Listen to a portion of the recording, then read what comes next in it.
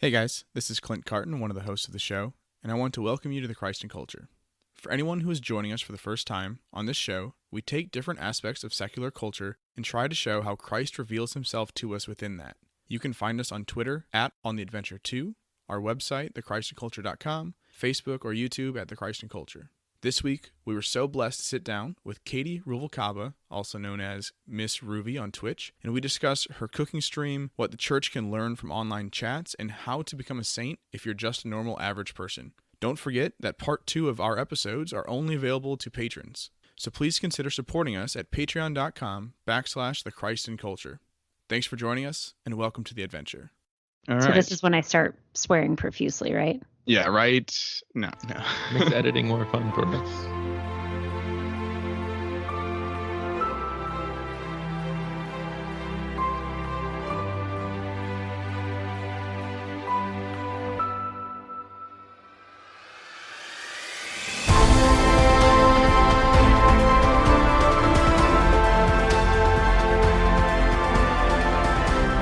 Welcome back to the Christ and Culture. This is Gordon. And this is Clint. And this week we are joined by the one and only Katie, Karen, MrsRuvi, Ruvalcaba. Katie, you want to go ahead and say hi to the peoples? Hello, people. Please don't call me Karen. Sorry, totally stole that. It's fine. Where does it even come from? From your stream? Yeah, there was one night where they were trying to get me to write my own name on a board. So in my stream, if you do anything interesting, we write your name on a board and stick it up on the cabinet behind me. And they wanted me to write my own name for whatever reason. And so somebody gifted a subscription to a streamer called Katie. And then it turned out that streamer was like streaming at that moment and was a partnered streamer. And then they decided that there could only be one Katie. And so I had to be Karen. And then I met up with her at TwitchCon and confirmed her actual name is Caitlin. So I can be Katie. So you could have gotten away with it the whole time. I could have. Oh my gosh. Shrug. So for those of you who don't know Katie and you don't know what we're talking about when we say Twitch or streaming, she is a Twitch streamer. So can you kind of fill people in who maybe didn't hear the episode with John and don't know what Twitch or streaming even is? Yeah, sure. So Twitch is primarily a live streaming platform that's mostly associated with gaming. So usually people will go play video games and people can watch along with them. It's like John plays Fortnite. I, on the other hand, am really, really bad at video games. So I was grateful to find out that there is a food and drink section. And instead of playing games, I cook in my kitchen 3 nights a week. And I invite strangers to come hang out with me so they can chat at me. It's sort of like if you were to watch the Food Network, but you could just constantly scream at the Barefoot Contessa. That's what it is. Also, I'm not a very good cook. Do you I don't know. The food you make the looks rest pretty of awesome. those weeks, or you just not eat for like What? 4 days out of the? I said you just not eat like 4 days out of the week. You only cook 3 days a week. I just don't let strangers watch the other times because things that should only take 30 minutes on stream take 4.5 hours. Yes, that makes Mainly because people are screaming at me the whole time. Yeah. So why cooking? Because that is something that's kind of new. Like you said, Twitch started out as just gaming. So how did you get started with that? Did you like cooking to begin with, or how did that happen? Yeah, I'm actually not as bad of a cook as it appears that I am on Twitch. I just tend to go along with the chat wants more often than not. But I just have this whole theory about food being the way that you show somebody that you love them. And my goal in starting a Twitch channel was to create a space where people could have a community and just know that somebody in the world loves them and cares about them. And so my goal was always to create community. And the only way I know how to do that is around food. So that's what I did. That makes sense. And then since we're getting all the terminology out there right off the bat, you just got Twitch partner.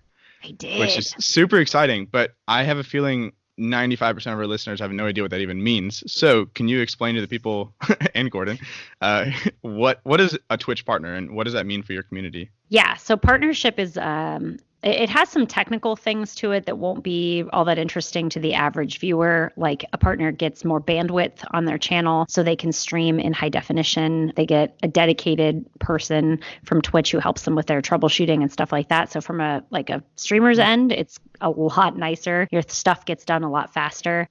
But from the chat's end, the main difference is that we get more emotes. Like there's a bunch more little cartoon characters that we can put in the chat now. And we get that little purple check mark by our name. So, sort of clouty, basically. You get clout.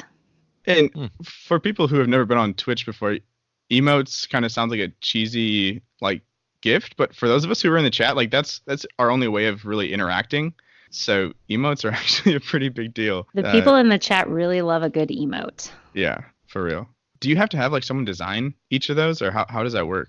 Yeah, a lot of streamers know somebody who will do that for them. I don't know who's done anybody else's. I hire a girl. Her name is Lillian, Lilan.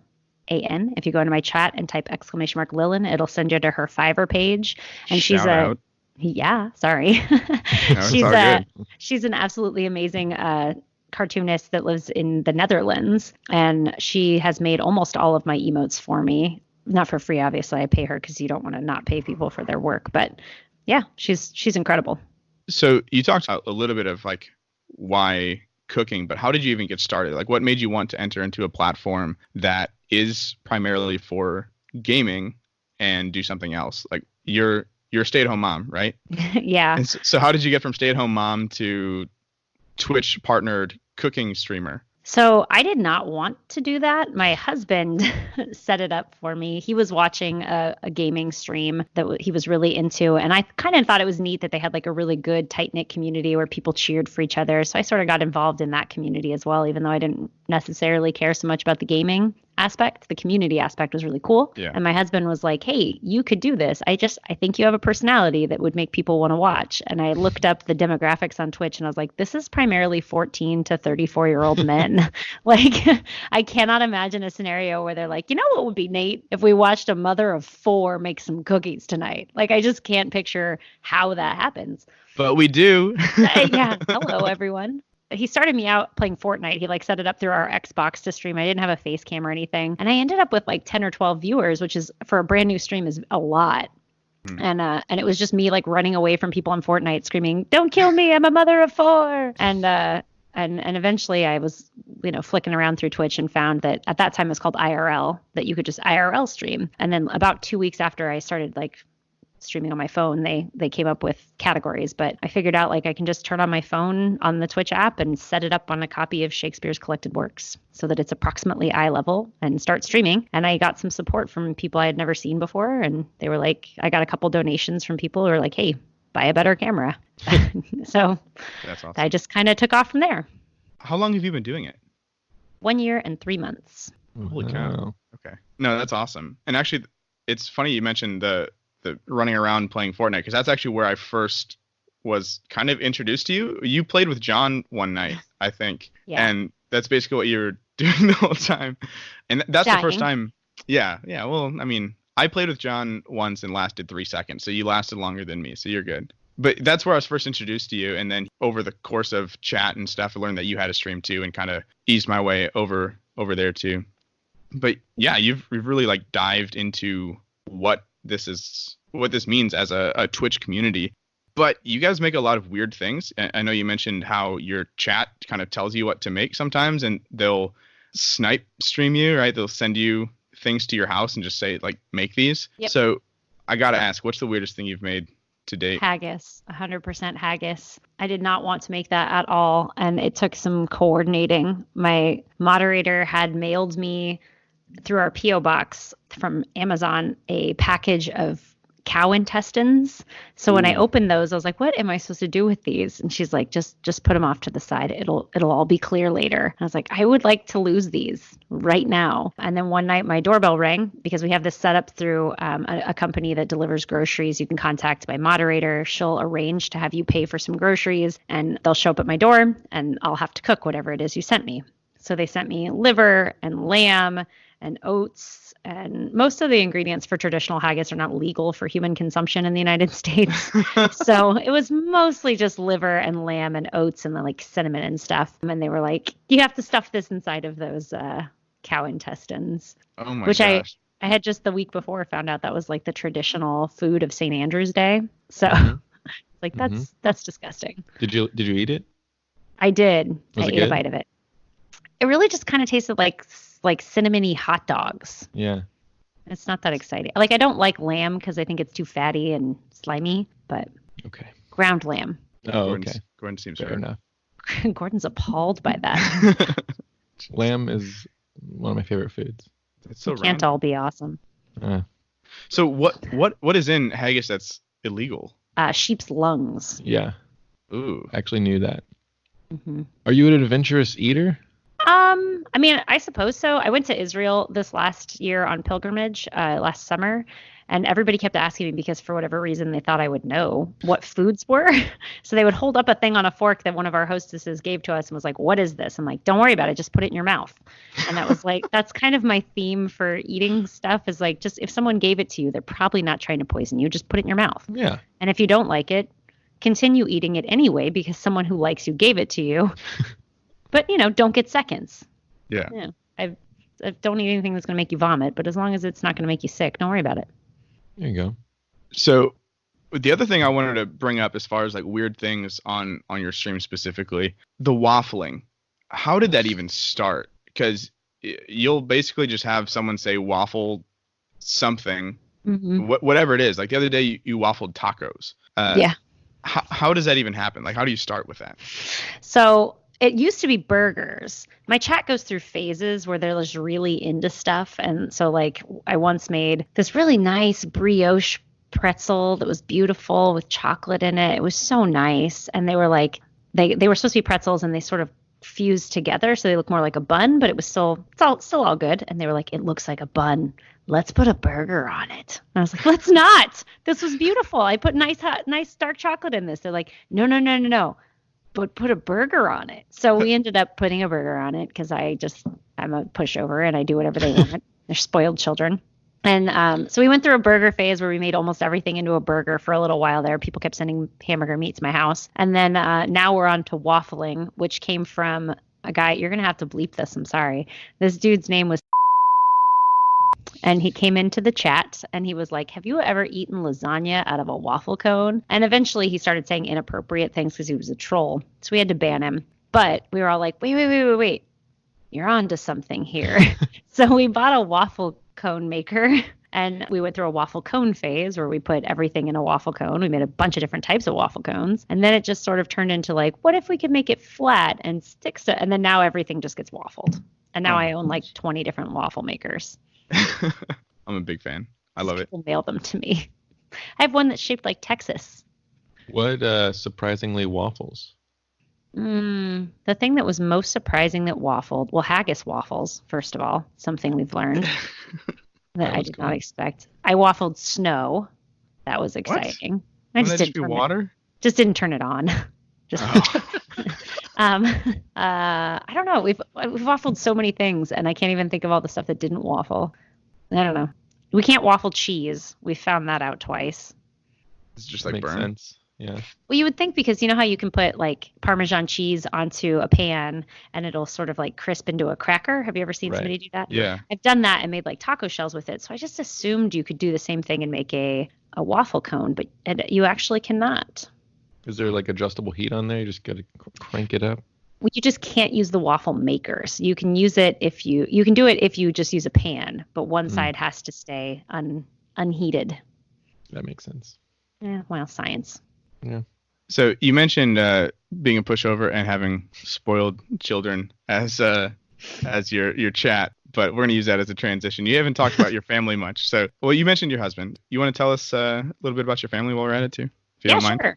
I have a husband. His name is Luis. He's really awesome. He's way too good for me. I tricked him into marrying me when we were in college, and that worked out really well for me.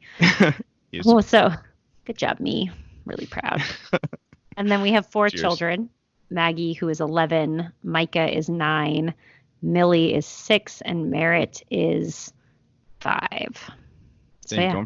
Going for the M names. Yeah, that was accidental to start with. And then, like, by the time when we went, like, the first 2 just happened to be the only names that we liked. And then when we got to the third one and the only name we could agree upon was an M name, we're like, well. Then you're just stuck with it. Any subsequent children will think they're adopted if we don't name them with an M name. Yeah, we kind of have the same thing in my family. We're almost all, well, not my immediate siblings, but my aunts and uncles were all C's and stuff too. Yeah, I'm running out of names here. Maximilian. That one keeps getting recommended to me. Got to do it.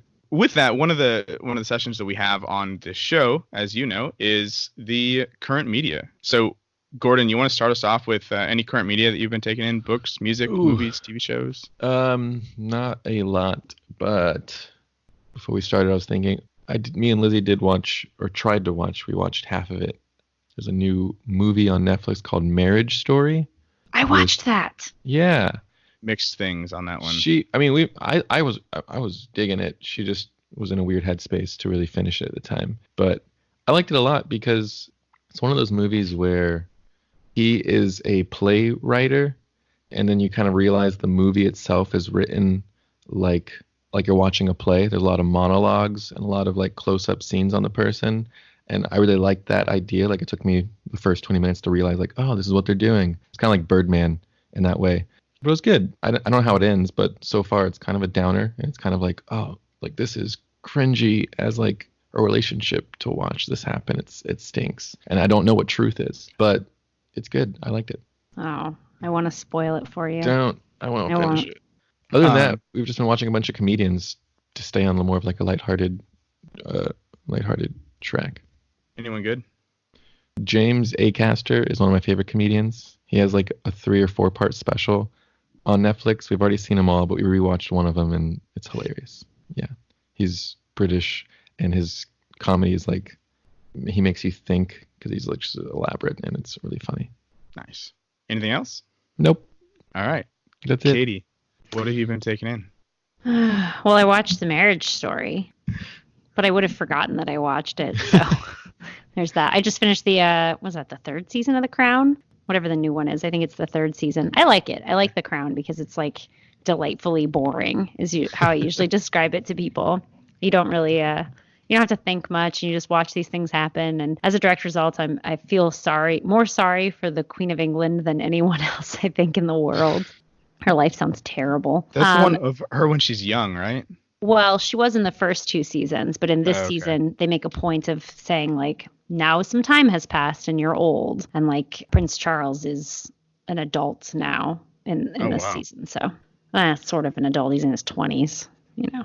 Hey, what the heck? What's that supposed to mean? How old are you? I'm 25. Yeah. Eventually you'll get older than 25 and you'll be like, I was a baby when I was 25. Yeah, that's okay. It's all right. It's the same thing like when you were, have you ever seen that meme where it says things like, I always think that I'm basically 20 until I hang out with 20-year-olds. And then I'm like, nope, 34. 100% 34. Yeah. I mean, that's how we work with youth in ministry, so we get that just at a much younger scale. Yeah. It's yeah, exactly. I took a bunch of kids to NCYC. I was very aware of how old I was the whole time. Yeah, you mentioned that last night. So my archdiocese, my home archdiocese, actually is the largest group at NCYC like every year, which is so random because it's a tiny little archdiocese in middle of nowhere, Iowa. What's a tiny archdiocese? I mean, it's not a conflict of terms. Okay, but here's the thing. It's Iowa, so even though the land is a lot, the population isn't huge. Right. So that's what I mean. My friend Katie's from Iowa. I'm going to try to get you to marry her. Yes. She's awesome. Great. Okay. What's her name? Katie? Karen. What? Can't have two Katies, right? Oh, you have to change your name to Karen. Yeah. I'm going to throw a book at you now. Oh, I have a book that I'm reading. I even put it at the table so I could show you. Oh, nice. Aren't you excited? Look, I got it for Christmas. It's The Way, the Furrow, and the Forge All Together by St. Josemaría Escrivá. Did you get it this Christmas? Yeah. My friend Emily gave it to me the other day because she's really bad at holding on to Christmas presents. So she's like, take this and open it. So she got me this, and then she also got me a houseplant, which I named Jose. But I've been reading through it. It's pretty cool. If you've never read it, the way that it's written is basically just bits of advice. So like it sort of looks like the catechism in the inside. I'm showing you guys, but everybody who's not on there, this is why you have to get the Patreon. Yeah. But it's like it's numbered the way that the catechism is, and then each like chunk of advice doesn't necessarily flow into the next, but they're sort of categorized. Like one section's on prayer, one section's on penance, one's on the interior life, yada yada yada. It's really good. I've definitely never read it, but I know that I've quoted it in talks before. So totally just stealing, pretending like I'm smarter than I am. But That's thank you. Most of my you, life. Internet. Yeah. Yes, Yeah. all the time. I have a girls group, a high school girls group that I lead at our church, and all the time I'm like, somebody who's smarter than me on Twitter said this. And I'm like, why are you constantly quoting people from Twitter? I'm like, because they're all smarter than I am. It's fine. Yeah, Catholic Twitter. So Mhm. we can talk about this later, but is this separate from your like life teen group? Yeah. Okay. Yeah, so we've got our life teen groups that's co-ed and, life teeny. And I actually have a really good life teen group, but you know how life teen can be a little bit of like, my parents forced me to be here types of kids. Yeah. Whereas my girls group, the Daughters of Grace, which is sadly acronymed DOG. Ugh. Ooh, Nice. yeah, that's rough. I was not there the day they named it. I would not have allowed that to happen. But they're a little bit more serious about their faith. So they spend a little bit more time reading the Bible and learning things. I made them go read all the documents from the Second Vatican Council. Nice. I approve. We read 4 books of the Bible together last year and went over them. We went over the history of Judah and Israel, stuff like that. So these are the girls that are going to know a little bit more about why they're doing things and, just really big fans of being Catholic. Yeah, I love that. Are they high schoolers, upperclassmen? They are all high schoolers. We actually have 2 middle school girls who kind of weasel in with us every now and then. I send them out if it's going to be like a spicy topic because we'll talk about like dating and, kind of high school girly type things and NFP and stuff like that. So I don't let the middle school girls stay for that kind of thing. But the Daughters of Grace, about half of them have chosen to wear chapel veils. So they're really visible at church. And something about that really, really attracts a lot of girls. Like, so we'll get younger girls who will come up to us and be like, hey, can I come and learn about the veils? And can I come and learn about what you're doing? And so we'll let a couple of them come in and, hang out with us. But they're sort of like mascot members for right now. That's awesome. Kudos to you. That's so cool. As a youth minister, I'm a big fan. All right. So any other media that you've been taking in? Just a lot of Twitch, man. Just a lot of Twitch. Do you have any favorite streams other than your own, obviously? Yeah, I really like, I love John. John Blevins is awesome.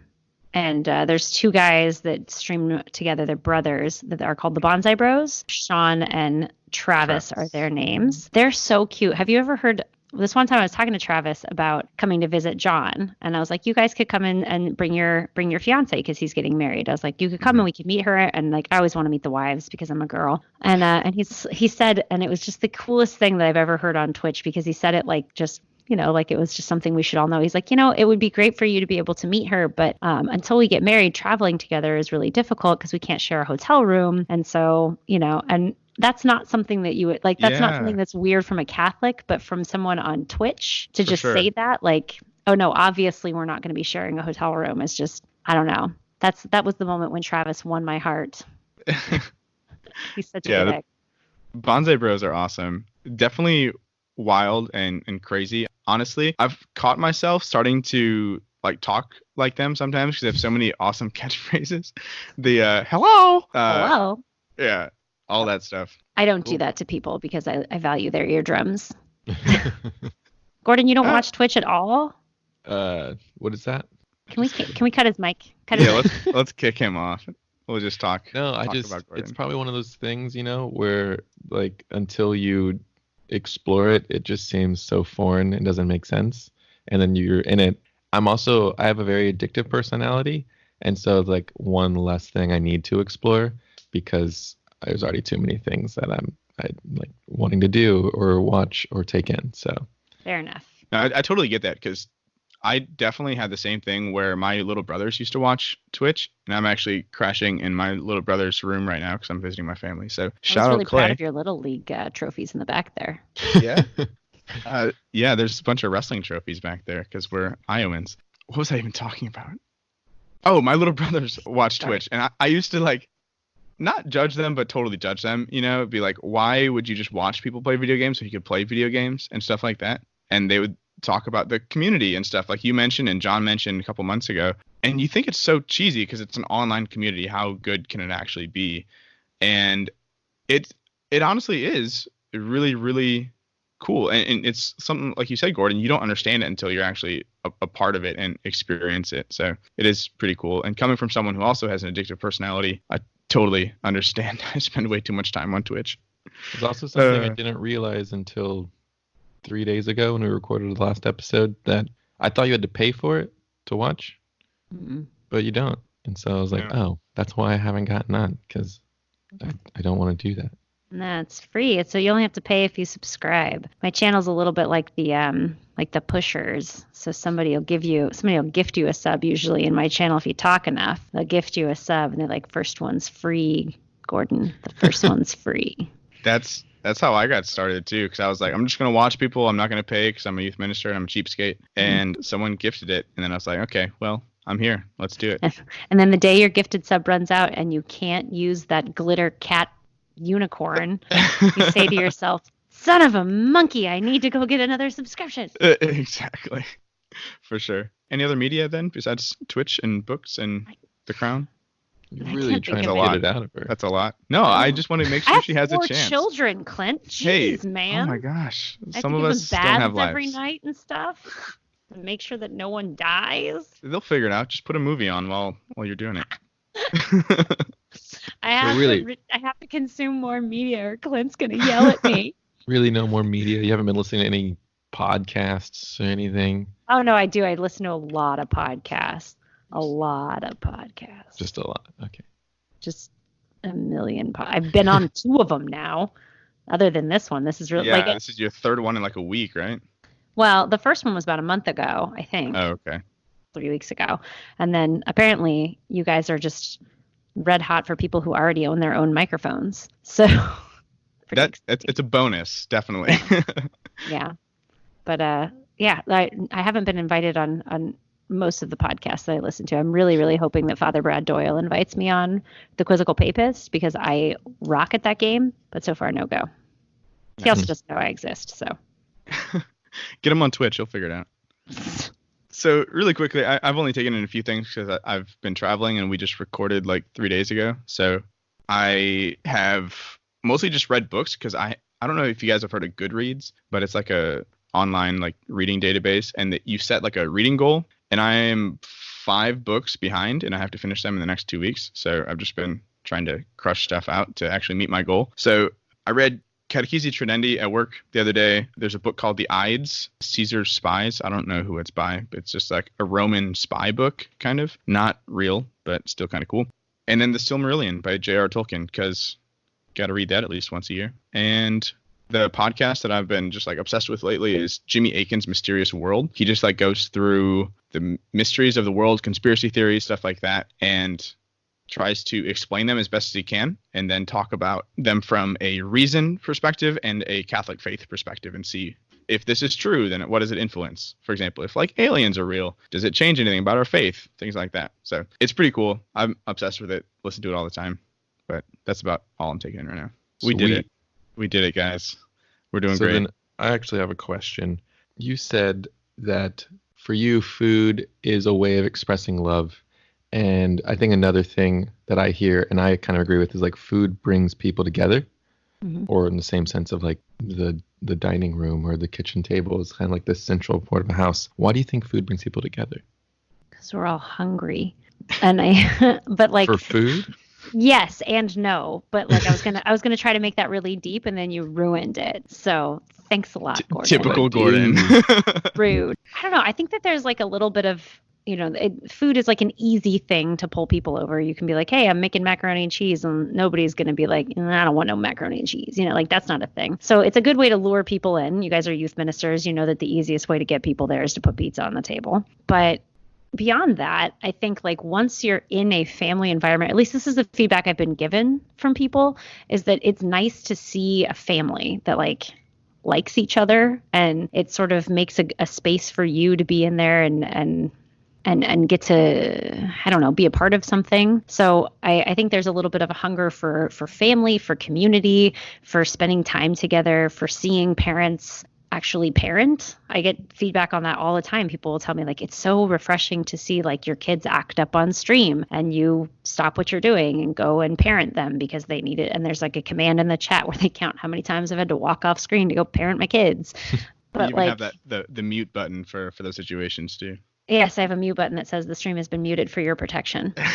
But like a lot of people have told me, either that their parents were not very kind about the way that they disciplined them or that they just didn't discipline them. And the lack of that was a wound in their life. And so it's nice to be able to see it happen. I've seen father hunger from people when it comes to Luis. Like, my husband is just the most amazing human you could ever want to meet. He's a fantastic man. He's a good father. He's present. He works really hard so that I can be at home for our kids. He's fantastic. And the chat recognizes that and sees like a role model, somebody that they hope to emulate, or at least somebody that they're proud to know. And many of the people in our chat, are similarly good fathers, and it's just nice for them to have that kinship. And for I think my channel has more young women than is the average on Twitch. It's not common for young women to be on Twitch, but I think I have about 60-40 split, which is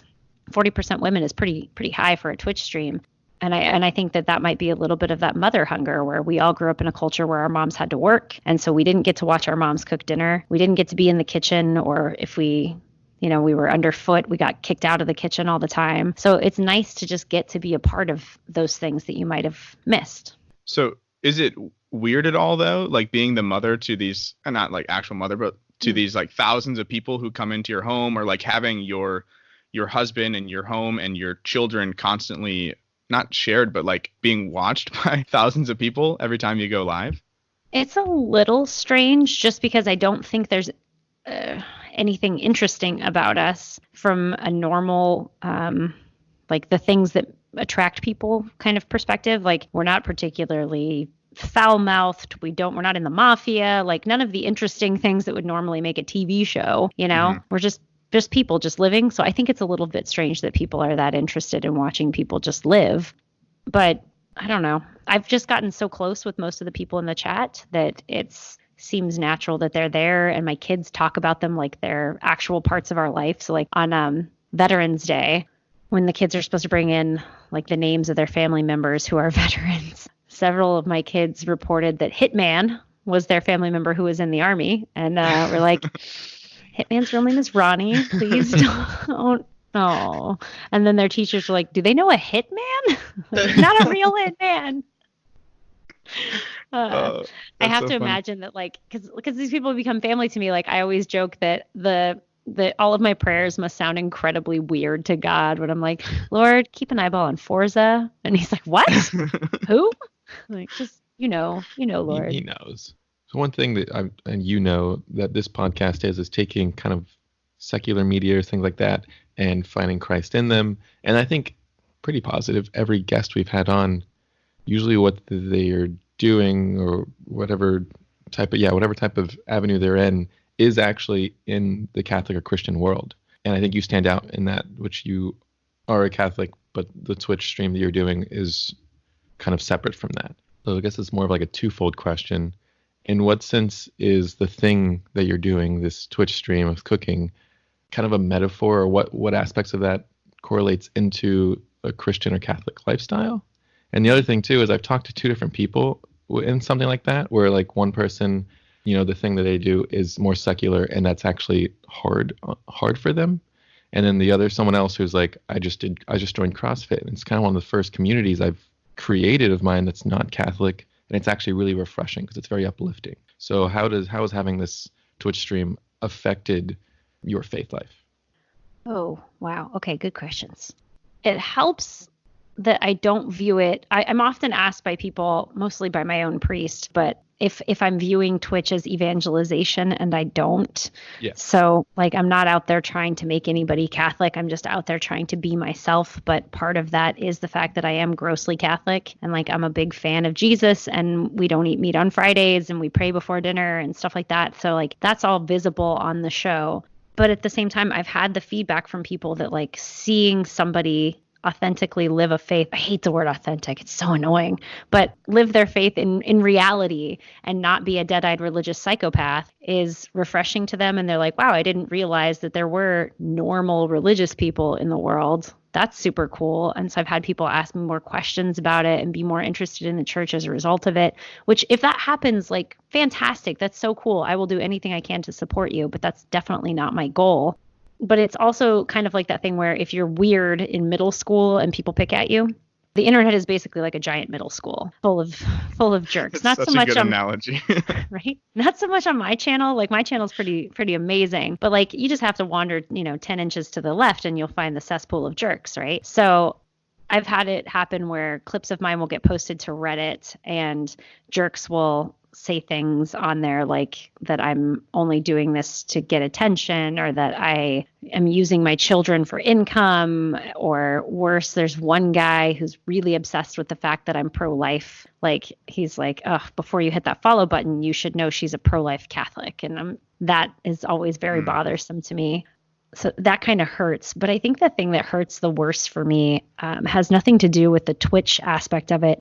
It's that I don't want to say this in a way that sounds unkind, but like my home parish where I go to church is not very traditional, and they're kind of very in the whatever's okay sort of space. And that's great because, that it's good to invite people in and to be open and welcoming and things like that. But like, like I said, the girls group and we all wear veils, and we became the topic of conversation around the parish. Like why we're a Novus Ordo parish. Why are you wearing veils? What is going on here? Are you trying to put us back in the dark ages? And that kind of to be like holier than us kind of thing. Yeah. Like, are you trying to get attention? What is this? And It's very frustrating to be too Catholic for Twitch in some people's minds, and also too Catholic for your Catholic church sometimes. Like it's a little bit hurtful to have a parish that wants you to go back out into the world and bring Christ into the world and be Christ for the world. That's sort of like the mission statement of our parish, and they do a very good job of it.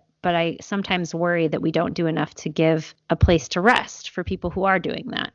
If you are out there in the world and it is hard, like you said you had a friend who mentions it, it's a little bit hard to be the weirdo in your group of friends. You should be able to come back to your parish and rest.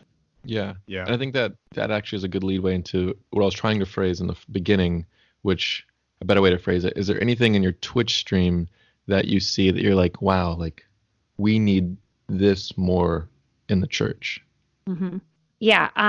I would say that like the thing that the church could learn from Twitch is that on Twitch, the streamer sets the culture. So like if the streamer doesn't swear, the chat doesn't swear. If the streamer is kind, the chat tends to be kind. As long as you police it correctly and you handle it correctly, the chat tends to mirror the streamer, at least to some extent.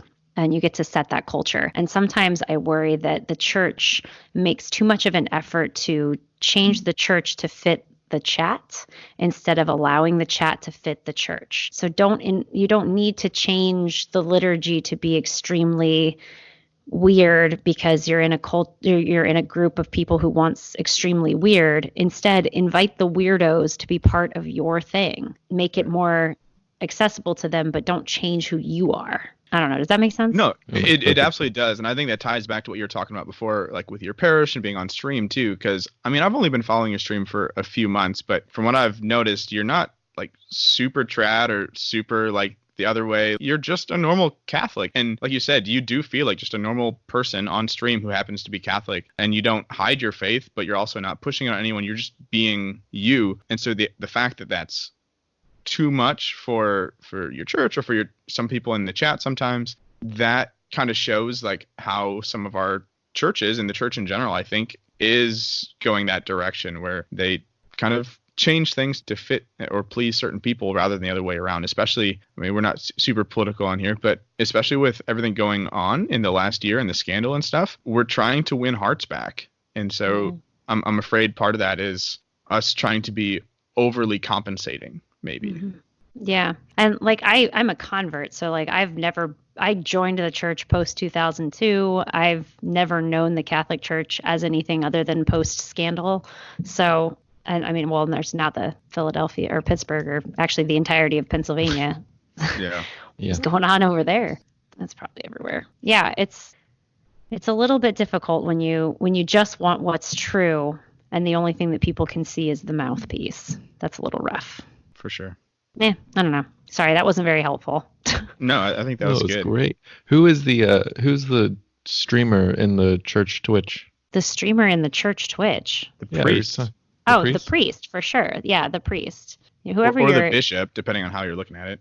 Oh yeah. Well, I think that's absolutely right. Like, look at the Lincoln diocese. Like, those are a mess of different priests, but they have a well, he's on vacation now, but they have a bishop who is very strong, really fosters vocation. He's extremely traditional. He's a very smart man, and his diocese has no problem, pulling out priests by the dozens. So I think that the bishop can be a really good example. I was very proud of our bishop at NCYC wearing his bishop gear. I was so proud of him. Look at you got the dress on and everything. Nice. Yeah, it's the whole thing. One thing I did want to jump back to that you mentioned earlier on, kind of just off the cuff, but you said someone was a good egg. And so that's from your stream. So that's kind of like your catchphrase, I guess. I don't know if you want to call it that, but someone's a good egg, and obviously that's a phrase that's kind of common, but that's become the thing for your stream. So why good eggs? What does that mean, and what is that like? So I just call people good eggs. Like that was just a thing that happened sort of organically. When somebody gave me a donation once, I was like, wow, you are such a good egg. Thank you so much. And like, I was completely thrown off by it. But the good egg thing has sort of stuck as a way of identifying oneself as belonging to the stream. When we talk about the community on Twitch being something that's like really tight knit and that really grows, having a name for a community, as you guys know, is incredibly important, and it sort of like defines who they are. And my chat has lived up to that so very much. We have can I talk about the Good Egg Fund? Yeah, that was going to be my next question. You didn't ask, so can I just weasel into it? Okay. No, please do. Please do. So like in the first year that I was streaming, it would come up a lot that like people I would just hear about people who were having a hard time, people either in my community or through the Twitch community. And whenever I would bring it to the chat that like, hey, I'm familiar with this woman whose family is having a lot of difficulties with medical expenses. I'd like to give up donations for Lent and give all of my donations to this family. Would you guys be willing to contribute that? And absolutely, like they don't even know these people, but they know and trust me that I'm going to do what I said I would do. So they donated to this family who's, had excessive medical debt from a type 1 diabetes diagnosis. Over the summer, we had a member of our community lose his job, and he had already gotten a new job. He was laid off. His new job wouldn't start for a month, so he had 1 month gap in income. And he has child support that he had to pay. He was going to lose visitation rights to his child. And he told me about it. And I was like, look, either the good eggs are going to get this child support paid for you, or I'm going to show up at your house and stuff money down your face. So you're going to take it and you're going to like it. And I told the chat, I didn't even give them details. I said, somebody in our community is on hard times. They need this much money. And it took less than 2 hours for them to give the money that he needed. Wow. And these are 14 to 34-year-old men is like the typical, age group on Twitch. It's not known as being the most generous age group, but these people are just absolutely incredible. So we did a bunch of projects like that over the year. People would tell me that they had a problem, and I would bring it to the chat, and the chat would take care of it. So I started thinking this year in 2020, I want it to be the year that we can get out ahead of the game and be prepared for this. So we started collecting for the Good Egg Fund. I think probably my first couple of streams every month, I'm going to have the Good Egg Fund as my donation goal. And we'll just put money into a checking account that I've opened for the Good Egg Fund. And then that way, if something runs across me, we're able to just immediately fund it without having to go back to the chat and get it, just have that money just pooled there. So this last week, somebody came to me and said that they were working on getting a hotel room for a homeless person over Christmas. And my chat got that taken care of in a couple of days. Like, no problem, here, bye. And I don't know, they're just incredible human beings. And most of these people are not religious. Most of these people are just awesome human beings that just want to help people. Yeah, I think it's like you said before, the streamer sets the tone, right? And so this idea that like you're not holding back and you wanted to give, like you even told this guy you would go to his house wherever he lives and shove it down his throat, which is a fun way of saying it, but I'm gonna harm you if you don't take my money. Take it or die. But the chat follows suit, and everyone, when they see you doing that, wants to dive on board too. So in a way, I know we talked about this before, in a way you're not trying to show your faith, but I feel like that's just a way of like practicing the charity that we're supposed to as Catholics without even having to say like, I'm Catholic. It's just an easy way that everyone can participate in based off of your lead, if that makes sense. Yeah, and I've been thinking about this a lot with the Eucharist. I'm going to get real weird on you. Yay. So like one of the things that we talked about in Life Teen this most recent week is that like because you receive the Eucharist, you're a tabernacle, right? Because you hold on to the Eucharist. Well, one of the things that I pray after every time I receive communion is that the Eucharist would enter every cell of my body and that more of me would disappear and more of Christ would be visible so that I would just gradually, I don't think it's medically possible for that small of a bit of something to take over all of my cells, but would be cool. So, Hey, I mean, it's God can do whatever he wants, right? So right. And if that's the prayer that I'm putting forward, I'm really hopeful that, my Father in heaven's on it. So I think that like, it's not even a question to me when people ask like, hey, isn't it kind of cool that you're doing that? I mean, I guess, but it's like the very minimum that Christ asks from me. And Christ didn't wander around, Israel being like, I'm doing this because I am the Messiah. No, he did it because it was the right thing to do and because it was the natural thing to do. And the more that we put that out there as like the natural response to someone is suffering is immediately help them, then I think the better society would be. Like that should be all of our first responses. Nobody should be telling me I'm doing a good job for this. This is crazy. right. Yeah. And to be honest, this is one of the reasons why I wanted to interview you this time of year. I mean, you live in the Midwest. I'm in the Midwest right now. It's cold up here. And there's people like the one that you just helped get into that hotel who need help this time of the year more than ever. And so I will challenge you guys, go check out MrsRuvi's stream, but if you can contribute to this in whatever way possible, because she's making a huge impact on people's lives. And if you can be a part of that, that's amazing. Yeah. So. And I think there's just so much to be said for doing one-on-one donations like this, where it doesn't go through like a big charity. You're not petitioning Ronald McDonald House or whatever. It's right. Like, if I came to the chat and told them, hey, I spent $100 of our Good Egg Fund because I went to a local daycare and asked who was behind and paid part of their bill, they would love that. And like having those types of one-on-one encounters with people, that subsidiarity that the church tells us to have is, I don't know, I just think it's so much more meaningful. Yeah, for sure. So I did want to talk a little bit about your experience as a core member for Life Teen. Has being on stream affected how you minister in your small groups or in your women's group or even in your parish, or vice versa? Has the way you stream been impacted by the way that you minister with the kids? I know as you're thinking, you shared a story a while back of how your parish wanted to do a talk on like digital evangelization and they brought in John to do it, not even realizing that you have a stream yourself. I was like, hi guys. Whatever. Yeah. And so are they even aware of that? Like, is that something that people know about? Has it affected one direction or the other? I don't think so. I mean, John's a natural choice for that kind of thing because he actually works in the church, whereas I volunteer in the church, but I'm not a paid employee or anything. I mean, sure. I substitute teach, but that's about it. So it makes sense that they would like know that about him and invite him in. I'm only mildly jealous, but it doesn't really come up much. Like I tell the girls during girls group whenever I'm like super touched by the chat, because we like to go around at the beginning of every meeting and say where you saw God this week. Mm-hmm. And like 90% of the time it's in the chat. Just all the time I see God in these people that don't even see God in themselves. So they come up often in that scenario. But other than that, they're not terribly impressed by me. So that's whatever. A couple of them have come on the stream. Bella, I'm her confirmation sponsor. She comes on every now and then because she just likes to hang out with the chat and just be there. And that's nice, but they're just deeply unimpressed by me. And that's probably okay. Yeah, that's cool. I'm not that interesting. I disagree. But I mean, I feel like we all say that. And that's actually part of this show too, is like, we all kind of think that our stories like aren't that impressive. I know when I first got into ministry, I was like, I can't give a talk or a testimony because no one cares. I'm just some nobody from middle of nowhere, Iowa. Like I don't have a story that matters. And I think part of it is we hear these like grand stories a lot when we go to conferences and stuff like that. And for those of us who aren't experiencing grand things like that, it can sometimes be like, okay, well, I can't do that. And so having just normal people that we can look up to and relate to, those are the stories that we need to hear too. And I think it's even important in like seeing saints like that too. Like who is it?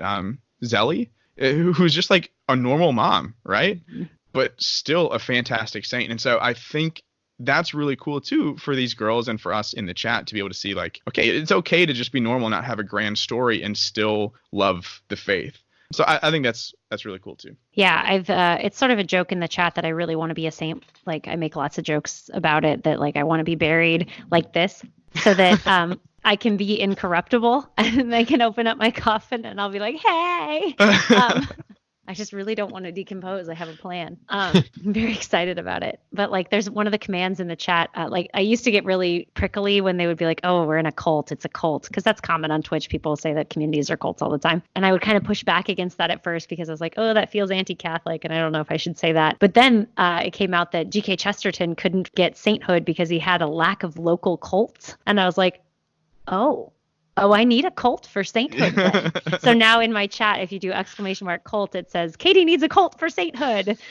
And like the people are very aware that my life goal is to be a saint, and they tease me about it and they talk to me about it. And it's like, they don't even know what that means half the time. But like, that's the favorite joke among the people. Yeah. And like Sally Martin, man, that was a good reference. Her letter where she talks about Saint Therese being an awful 3-year-old, or Therese, I say that wrong. Throwing like tantrums and stuff. Yes. Reading that is so heartening. Like, oh, thank goodness. Because I thought it was just my monster demon children.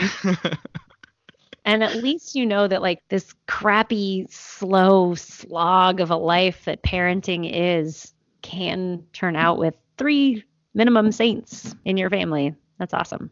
Yeah. And I mean, it is a vocation. So in its very nature, like it's supposed to help you get to heaven. And so having, as you say, demon children might give you the virtues that you need to become that saint. Plus having a cult helps too. One of those. Yeah. We're so used to in our culture, like movies where things turn out really quick. Like all of a sudden, like you get to see the time go really fast and now everything's great. And in real life, it's not that. It's this very slow process, and it's 2 steps forward and 1 step back all the time, and you're slogging your way through it. And some days it really sucks, which Saint Josemaría Escrivá talks about a lot. So I'm really into this dude right now. It's fantastic. Yeah. We've talked about his heroic minute on here before, which is like that first minute when you wake up, which is super challenging. But I think that goes with what you're saying too, because it's the small victories. That's how you get sanctity and become holy. It's practicing it in the small things, not just in those huge situations. Yes, exactly. Gonna say I agree with that. Okay. As you should, because he's a saint. But the next thing I wanted to ask about, and this is kind of one of the last questions I have for the main part of this show. So if you guys want to hear the rest of our interview, please become a patron at patreon.com/thechristingculture. And you can get the rest of this conversation. So I'm going to say all the interesting stuff later. Yeah, that's how we do it. I had someone for the button. I had someone for the last episode, the Frozen one that came out, I guess 2 weeks ago now. And they're like, this is such tempting. Like, I want to know what's happening in the second episode, but I don't want to pay for the Patreon. Well, you have to pay for the Patreon. You have to pay for the Patreon. It works. You have to. They were trying to get you to give it to them for free. I know. Shame on you. Shame on you, sir. Press the button. Here, guys, I just fell. Gordon, what are you doing? This is the kind of content you get when you're patrons, guys. Gordon falls off his chair. All right, but anyways, how are you did that good? Even happen? Everything's fine. Oh my gosh, this is normal. This is fine. I don't know how that happened. Just stretching. Okay.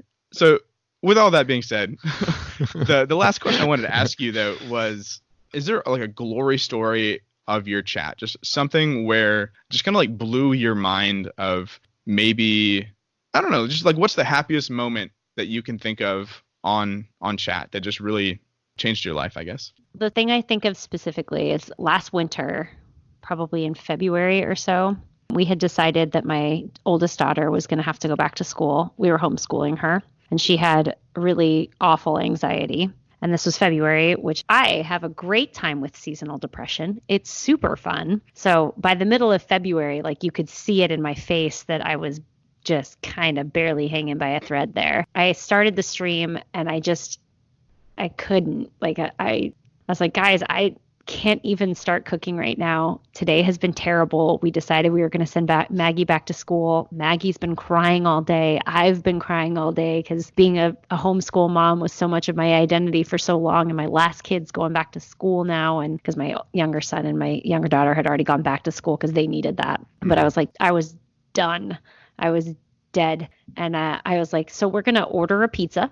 We're going to wait for the pizza to arrive. And then I'm going to eat a pizza in front of you. Like, that's all I've got for you tonight. This is what the stream is. I'm really sorry. And we talked to the chat. And Maggie came on stream and her face was all teary-eyed. And the chat was like, I just couldn't handle how sad she was and how sad I was. And we talked about how, like, well, we went to visit the school and they have a band and Maggie might want to play the French horn. And we're thinking the band might help her to get back into school and blah, blah, blah, blah, blah. And the chat, they looked it up online how much a French horn cost. And that night they donated $1,100 to get Maggie a French horn. Oh my gosh.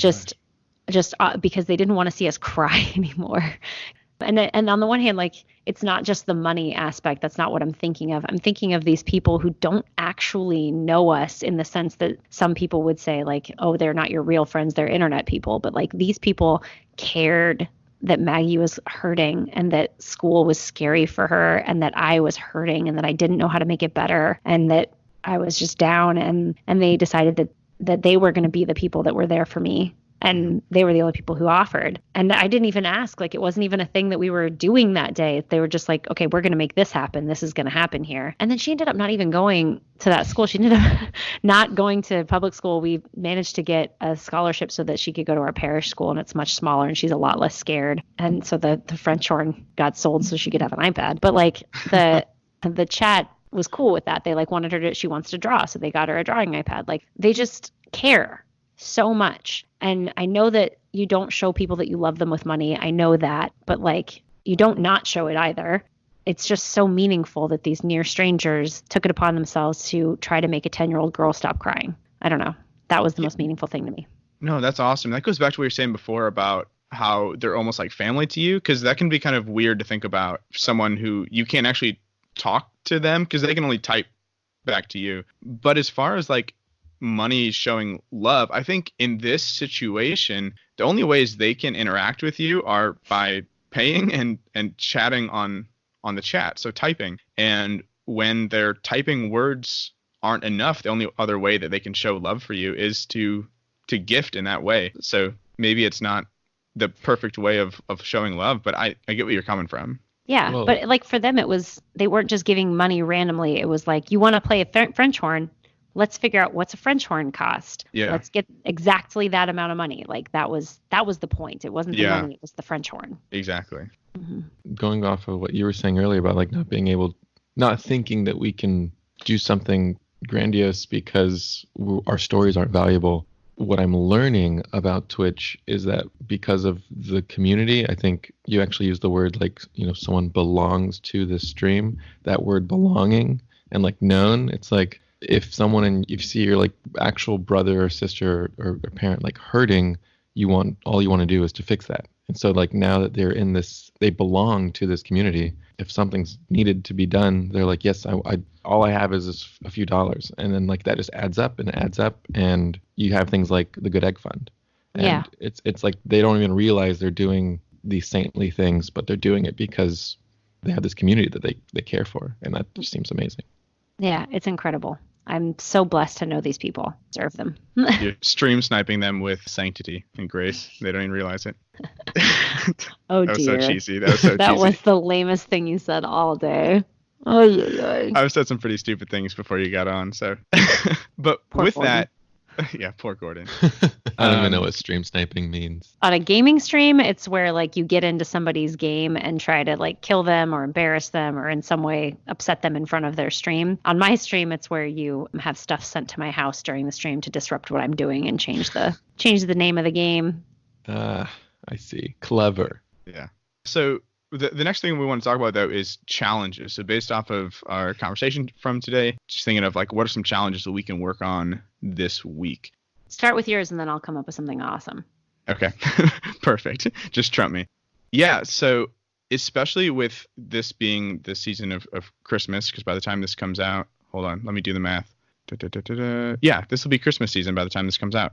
I want you guys to think about this being a show about cooking and about giving. How, during the season of Christmas, being with your families and stuff like that, how can you interact with your families or the friends that you're with, and maybe through food, maybe through something else, but how can you show them love in the small ways that maybe aren't just outright like giving gifts at Christmas, because I mean that's normal and expected, but maybe making a meal instead of expecting the matron of your family to do all the cooking, you know, or just doing something small that's unexpected. So my challenge is to think of a way to interact with your family and friends over the holidays where you can show those small aspects of love to them. Yeah, for sure. Off of that, or basically to maybe be a little bit more specific from that, if you have a grandmother or a mother who's making you dinner, sit in there with her, ask her what she's doing, ask her to give you a job, ask her to like just do the dishes around her. Do those things. Like one of my favorite sayings that I ever heard was, everybody wants to save the world, but nobody wants to help mom do the dishes. Like, get your butt in there and do the freaking dishes. So like, that's a big deal. That is awesome. Gordon, you got one for us or no? I don't think so. I like those. Can I give you another one too? Please do. I thought of one. So it's common for people to give a lot at Christmas time and to like do soup kitchens and shelters and things like that. So if you do something like that, first of all, good job, high five. Second of all, try to get out of your comfort zone. And if you feel like a person's okay with it, hug them or touch them. Give them some kind of a recognition that you don't just see them as a project, but as a person that you love. Mm-hmm. If somebody asks you for money on the street, give it to them, and then also give them a handshake. Yeah, that's awesome. And then obviously going back to our mini challenge from before, but donate to that Good Egg Fund if you can, because it's awesome. So I made a face that nobody but you can see. Hey, it's great. It's great. So speaking of that, can you tell people where they can find you on social media and on Twitch? Yeah, I'm at twitch.tv/MrsRuvi, which is MrsRuv as in Victor I. If you wanted to donate to the Good Egg Fund, you can scroll down underneath the little like window there and hit the donate button, and just make sure you write for the Good Egg Fund in there, and I'll move it over to the correct spot. Or you can watch and check for when the donation box says Good Egg Fund and donate then. Let's see. Oh, and I'm also on Twitter at MrsRuvi and Instagram as MrsRuvi. I had to ref some people up to get it on all of the platforms, but I got it. Nice. For real? It was taken? Yes. Oh my gosh. All right. They actually just vacated the premises after a while, and I was like, I'll take it. Just moved in. Yeah. Nice. And as always, we'll have the links to all this stuff down below so you can get to that nice and easy. Do we have any shout outs, guys? Ooh. Do I have to shout out somebody like famous, or can I pick anybody? You can shout out anyone, and it can be like 1,000 people. We'll wait. We can keep going. Okay, so I'm going to shout out the whole Daughters of Grace if I can think of them. So like, Rochelle and Avery and Bella and Sydney and Jill and Gabby and Hope and Grace. I think that's all of them. And then Nicole and Andrea, who helped me with it. They're the adult leaders. Way to go, you guys. You're awesome. Super awkward if you forgot someone. I know, but I'm like going around my living room where they know. Oh, Megan. Megan just started coming, though. So Meg, nice. For sure. And then Miranda, but she's technically graduated out. And Marissa, Miranda's sister. There you go. There's another one. I got all of them. Nice. And also my friend Emily, who also streams on Twitch as Candidly Mom. She does Tuesdays and Thursdays, and she is like 100,000 years pregnant. So that girl's a hero. Pray for her. Mm-hmm. Yep, those are my shout outs. Awesome. Gordon. George Washington. You could shout out my mom, Gordon. MrsRuvi's mom. It's usually hold on. Hi, Mom. Hiking girl, right? Hiking That's girl is my mom. Username. Yep. On what, your Twitch? Yeah. And on Instagram. And on Twitter. There you go. You can follow Ruby's mom too. She doesn't do anything with it. I mean, that's really it. Not a lot has changed. It's the same old. Yeah, I want to give some quick shout outs, mostly to people who have already gotten them, but the people who made it so I could actually get here to Iowa. So Gordon for giving me a ride to the airport, and my mom for picking me up from the airport, and my brother for letting me take over his room for today so I can record here. So shout outs all around. What a good egg. What a good egg. Good eggs. Love it. With that, guys, thank you so much for joining us this week. Don't forget to follow MrsRuvi on social media and on Twitch. Contribute to that Good Egg Fund. Do your challenges. Please check those out. Have a Merry Christmas season. And don't forget to follow us if you haven't already at Twitter, at On the Adventure 2, Facebook and YouTube, The Christ in Culture, and then don't forget to check out patreon.com/The Christian Culture and our website, thechristianculture.com. And don't forget, patrons, we will have that bonus episode for you, so make sure you stay tuned. We'll see you guys next week. Have a good one. Bye. Bye. Okay, now this is when I start swearing.